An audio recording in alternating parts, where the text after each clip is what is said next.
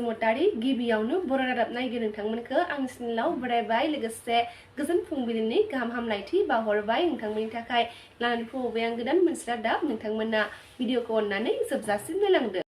दिनै 2026 मायथाइनि 24 आगस्ट दिनैनि माखासे गोनां खौरांफ्रानो जादों। सेथि रादाबाव दङ फैगौ 22 नभेम्बराव क'क्राझाराव एनसिसि माराथन खारनाय जानो थांगासिनो दङ।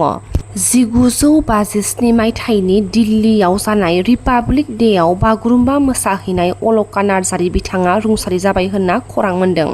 सनितपुर जिल्लानि राङापारा ओनसोलनि 2 नं बोरिगामि गामिनि रहेन बसुमतारी आरो रंजाली बसुमतारीनि फिसाजो डक्टर माइनाव बसुमतारी बिथाङा अरुणाचल प्रदेशनि इटानगरनि Himalayan इउनिभार्सिटिनिफ्राय study on the empowerment of द बड' ट्राइबेल कमिउनिटि थ्रु द प्रडाक्शन एन्ड मार्केटिं अफ द हेन्डलुम इन आसाम आयदानि सायाव बिजिरसंनानै PhD डिग्रीखौ लानायाव जाफुंसार जानो हाबाय होनना खौरां मोन्दों।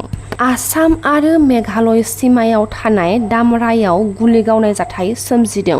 दुथांनि गुलि गावनायाव मोनसे डेमनि बिगोमा साइद आलीआ गोब्राब जोखोम जादों होनना खौरां मोननाय जादों। खौरां मोननाय बायदिब्ला गोब्राब थासारियाव गवालपारा सोहोरनि गंसे फाहामसालियाव थिसनदों फालांगिरि साइद आलीखौ। अस्ताद धीरेन रामसियारि बिथांनि दैदेननायाव दावस्रि देलाय हारिमु आफाद खेराइ हान्जानि मोसाखावरि पम्पी रानी बर' बिथाङा दावस्रि देलाय हारिमु आफाद खेराइ हान्जानिफ्राय सायख'नाय बेस्ट एक्सेलेन्ट बान्थाखौ मोननो हादों। उदालगुरि जिल्ला टंलानि बगरिबारियाव मोसौजों लोगोसे गंसे बलेर' पिकआप गारिखौ हमनो हादों रायजो राजाफोरा। खावनाय मोसौ फालांगिरिनि सन्देहआव हमदों रायजोफोरा। टंला मेकेन्जी लामायाव फुङावनो जादों बे जाथाया। बलेर' पिकआप गारियाव दङमोन गासै 9 मोसौ। ड्राइभारा थार खारिथि होनो हायैयाव सन्देहआ बाङो होनना खौरां मोन्दों।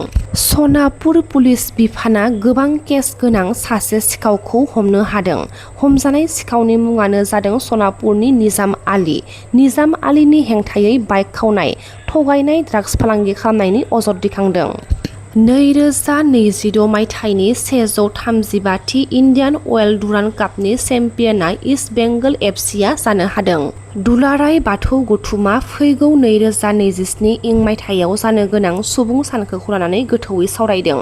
दुलाराय बाथौ गौथुमनि आफादगिरि परमेश्वर ब्रह्म बिथांनि दैदेननायजों हादोरनि सेन्सासखौ लानानै तामुलपुर जिल्लानि 5 राजा बाथौ आश्रम जामुगुरियाव गोथौयै सावरायनाय जादों। दुलाराय बाथौ गौथुमा दिनै फैगोन 2027आव जानो गोनां जिथु जेनेरेल सेन्सास बिनि सायाव जोबोद गोथौयै मेहेरगोनाङै सावरायलायनानै बिथांखि लादों आरो गांसे आइ आफा रायजो राजानिसिम खावलायनाय फोसाव बिजाब जों दिनै बेखेवनाय जाबाय। बे फोसाव बिलाइयाव जोङो आइ आफा रायजो राजा बयखौबो खावलायदों। जोंहा बाथौआरि रायजो राजाया अल आसामाव 80% दंखायो बाथौआरि हिसाबै। जोङो बे फैगोन सेन्सासाव धोरोमनि खोलोमाव बाथौआरि लिरनाया खाथां आरो जोंनि आइ आफा रायजो राजाया बाथौआरि लिरनांगौ बेखौ जों खावलायबाय। बेजों लोगोसे जोंनि धोरोमनिफ्राय गुबुन धोरोमाव एरखेनानै थांनाय जेरै खृष्टान बर'फोर बिथांमोना 7% दं। बिथांमोनखौबो जों खावलायनो नागिरदों दिनैनि आफादनि गेजेरजों। जिहेतुके मोनसे समाव जों बयबो बाथौआरिखामोन, बिथांमोना बारा गोबाव जायाखै खृष्टान धोरोमाव हाबनाया। हारिनि थामोनथा आरो इयुन जोरथायखौ नोजोर होनानै बयबो जाहाथे बाथौआरि हिसाबै लिरहरो बेखौ जों खावलायदों। आरो लोगोसे बाखि 6% जिखिनि गुबुन गुबुन धोरोमाव थांनाय बाथौआरि जेरै ब्रह्म धोरोम, सोरबा जयगुरुआव थांदों, सोरबा कृष्णगुरुआव थांदों, सोरबा गौरिया मठआव थांदों, सोरबा कालासाद पन्थियाव थांदों, गासै जोंनि गुबुन गुबुन धोरोमाव थांनाय आइ आफा रायजो राजाखौ बाथौआरि हिसाबै लिरनो थाखाय खावलायदों। बिथांमोनहा जाहाथे गोरोन्थि दाखालामथों। 6% जायफोरनिखि हिन्दु धोरोमाव दीक्षा लादों बिथांमोनहा गावनि धोरोमखौ हिन्दु होननानै लायोबा हिन्दु धोरोमनि खान्थि बायदि बिथांमोनहा सुद्रआव गनायजागोन। सुद्रआव गनायजायोबा बर'नि जिथु गोथार बाथौ धोरोमनि जिथु आखल बे आखलनिफ्राय जानगार थांगोन आरो बाथौ धोरोमनि अनजिमाया बाङाय जागोन जों बाथौ धोरोमारिनि अनजिमाखौ जों बयबो गोसो गोरबोजों बारायनानै मुलुग संसाराव जाहाथे गेहेर खालामनानै दिन्थिनो हायो बेनि थाखाय बाथौ धोरोमनिफ्राय गुबुन धोरोमाव थांनाय जय गुरु कृष्ण गुरु गौरिया मठ कालासादपन्थी ब्रह्म जायखि धोरोमाव थाङा मानो बयबो बिथांमोनखौ गुरैयै आखाइ खबजों जों खावलायदों जाहाथे बिथांमोनाबो बे खेबनि सेन्सासाव बाथौआरि हिसाबै लिरहरो बेनिखायनो बयखौबो गोसो गोरबोजों खावलायनानै जों दुलाराय बाथौ गुरुनिफ्राय बयबो रायजो राजाखौ बर' जाथिनि सार्थआव जाहाथे बे हाबाखौ मावो बेनि थाखाय जोङो गुरैयै बयखौबो आर'ज गाबबाय। बङाइगाव जिल्ला खौसेथि बर' सुबुं आफादनि बानजायनायाव मैया बङाइगाव जिल्लानि सिङाव थानाय दुलावरा खगरपुर मिरु इउबिपिअनि 13थि बोसोरारि जथुमा खुंदों। बे हाबाफारियाव गोजाम बानजाय आफादखौ सिफायनानै गोदान बानजाय आफादखौ दाफुंनानै लादों। फोरमायनाय बायदिब्ला फैगौ बोसोरारि जथुमाखौ फैगौ 2027 इं मायथाइनि जानुवारि दानाव खुंफुंगोन। गुबुन फारसेथिं बियाब दाफुंनाया जोबाबाबो BKWSनि बिसायख'थिया जागोन होननानै मिथिहोदों। सनितपुर आरो बिश्वनाथ जिल्लानि दान्थे बिदान्थे जानाया सुस्रांजानाय लामायावसै। हादोरसायारि मिरु नखर मन्त्रि नित्यानन्द राय बिथांजों इउबिपिअआ सावरायनानै BKWSजों जर'खा पेकेज हरनायनि थाखाय साननायनि बाथ्राखौ फोरमायथिदों। जोङो आसाम सरकारनि जानाखि कनसार्न डिपार्टमेन्ट ट्राइबेल एफेयार्स मानाव गिदिर मन्त्रि डक्टर रनज पेगु बिथांजों जोङो जेब्लायबो लोगो मोनबाय थादों। बे साननैसो लोगो हमनानै जोंनि काउन्सिलनि बिसायख'थिया माला खुंनो हायो बेनि बागै जों सावरायबाय थादों। बिथाङा स्पष्ट भाबै निर्देश होदों हानायमानि थाबै इलेक्सन मोनसे खुंनांगौब्ला जाखिनि प्रसेस जाखिनि डेभेलपमेन्ट नांगौ जोंनि डिलिमिटेसन कनस्टिटुन्सि फोरनि लोगोसे जोंनि भटार लिस्ट प्रिपेरेसन लोगोसे जोंनि पलिं स्टेसन सायख'नाय बेफोर प्रक्रियाखौ थाबै फोजोबनांगौ। बेफोर खामानिफोरखौ थाबै फोजोबनांगौ जोङो सावरायबाय थादों। सावरायबाय थानानै जोङो खम समनि गेजेराव निस्सय जोङो मोनसे गरन्थ फैनो हागोन।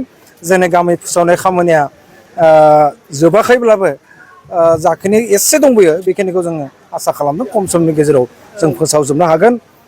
बिश्वनाथ आरो सनितपुर जिल्लानि माखासे बर' गामिखौ लानानै जों सानो बेबो मोनसे समाधाननि लामायाव फैबाय जोबलांगोन बेबो। बिनि अनगायै मा मेजर इस्युस मेजर इस्युस माने जोङो कार्बि आंलंनि बर'फोरा दाबो सिडुल ट्राइब जायाखै बे इउपिपिनि मोनसे दाबि।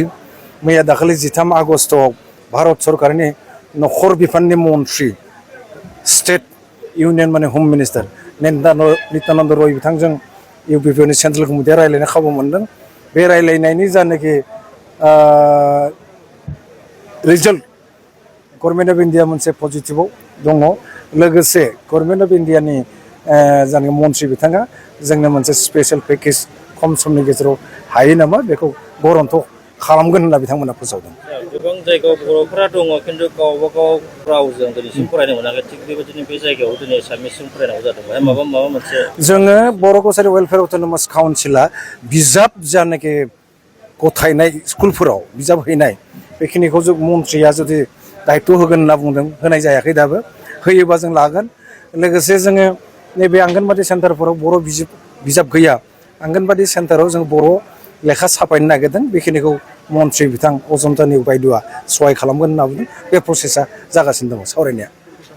मोनसे गोजोनथाव खौरां थांनाय बोसोरफोरनि बायदिनो देग्लायबो पामपुलि गयारी बिथांनि दैदेननाय आयराखि थियेटारआ 2026 मायथाइनिफ्राय 2027 इं मायथाइनि 2 बोसोरनि थाखाय रिहार्सलनि मावखुलिखौ बाक्सा जिल्ला माइनाव बाजाराव बेखेवनाय जादों। आयराखि थियेटारआ रायजोफोरनि थाखाय मोनसे खाबु लानानै फैदों। दिनै जोंहा प्रथम 2026 to 2027 नि दिनै जों बेखेवजेनबाय। दिनै जोंना नाटकआ दिनैनिफ्राय रिहार्सेल जासिगोन आरो दिनैनि जोंना नाटकआ जाहैबाय मोनथाम।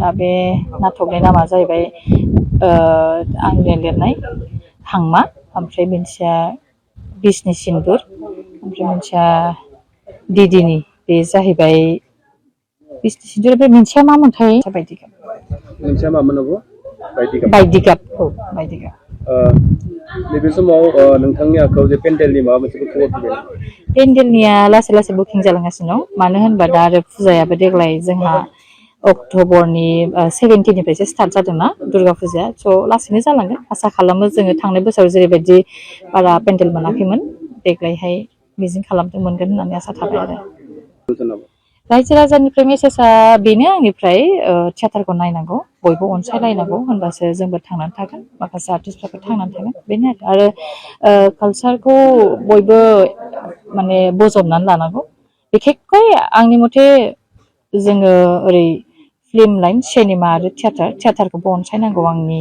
साननायाव मानो होनोबा दा थियाटार नायनाया बुहुत खम जाबाय सुबुंफोरा बेखायनो नायोबा मोजां मानो होनबा जोंखौबो लाखिनांगोन रायजोफोरा एसामिसजों कम्पेयार खालामनोथ' हाखाया आरो बिसोरजों टाक्कर नांनोबा जोंबो बुहुत स्ट्रं जानांगोन आरो जोंना फाइनान्सियेला मोजां जानांगोन बेनिफ्रायसो जों एसामिसफोरजों टाक्कर जानांगोन आरो साउन्डनि बेलायाव नोंगौ किसुमान जायगायाव जायगानिबो मोनसे दग थायो किसुमान जायगायाव किसुमान फिल्ड किसुमान बाउन्डारि बेहाय थारमाने साउन्डफोरा किसुमान माबायाव जानो नागिरा आरो दा आरो मालाबा टेकनिकेल प्रब्लेमाथ' जाखायोआनो सम